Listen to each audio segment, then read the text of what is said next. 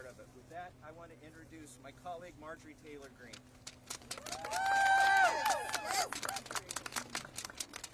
Thank you, Thomas. Thank you, Rose. Aisle that has become bigger than the Grand Canyon in America. I want to speak goodness and love and hope into the women standing behind me and all of the other survivors whose names you don't even know, but stand with these women. They are survivors, and they are strong, and they are courageous, and they are daughters of God. They are not victims. These women have fought the most horrific fight that no woman should have to fight, and they did it by banding together and never giving up. And that's what we did by fighting so hard against the most powerful people in the world, even the President of the United States, in order to make this vote happen today.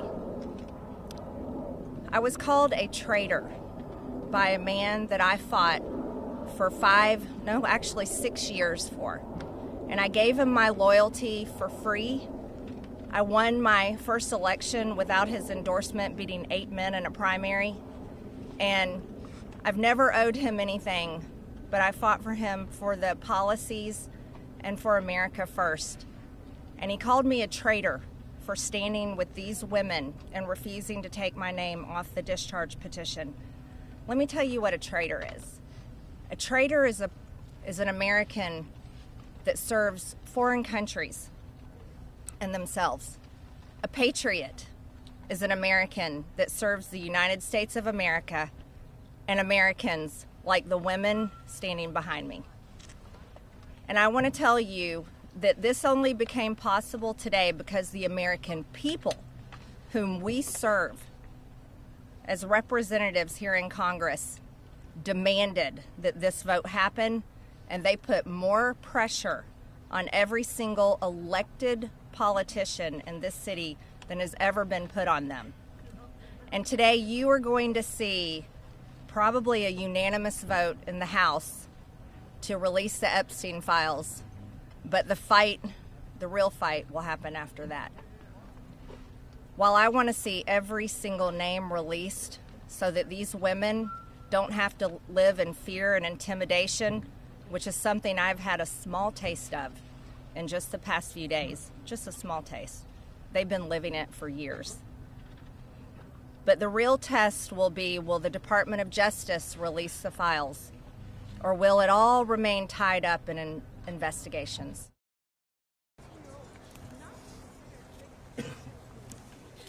Thank you. Thank you, Marjorie, Representative Greene, for your courage. Hello, everybody. I am Jenny. Today something has changed. Individually, our voices were whispers. This is me at 16 when I met Jeffrey Epstein. Now I'll start. It is an honor to stand here before the American people. However, I shouldn't have to stand here at all. I'm here because as a child, I was pulled into Jeffrey Epstein's world, a world built on exploitation and manipulation of innocence and the protection of powerful men and women who believed that they were untouchable. Today, we'd rather be preparing for the holidays. We'd rather be at home with our families, baking with our children and decorating the Christmas tree as we try to move past this horrific moment that has impacted our entire adult lives. However, that's not possible because it's become something it should have never been, political and sensationalized. The truth is simple. We were victimized as children and failed repeatedly by the very system that was supposed to protect us. That's why we stand here today, to demand justice and accountability, not just for Epstein and his crimes, but for every predator and every enabler who participates in or protects abusers. However, that's not possible because... Ladies and gentlemen, well, you know, there's becoming a reckoning in Britain that needs to happen in the United States. A prince lost his title. The ambassador to the United States lost his job. We need to see those same kind of consequences here. as my colleague Rose said, there shouldn't be buildings named after these perpetrators of these heinous crimes. There shouldn't be scholarships named after them. And there needs to be accounting. We've seen tens of thousands of pages released by the Oversight Committee. What we've not seen is a single name.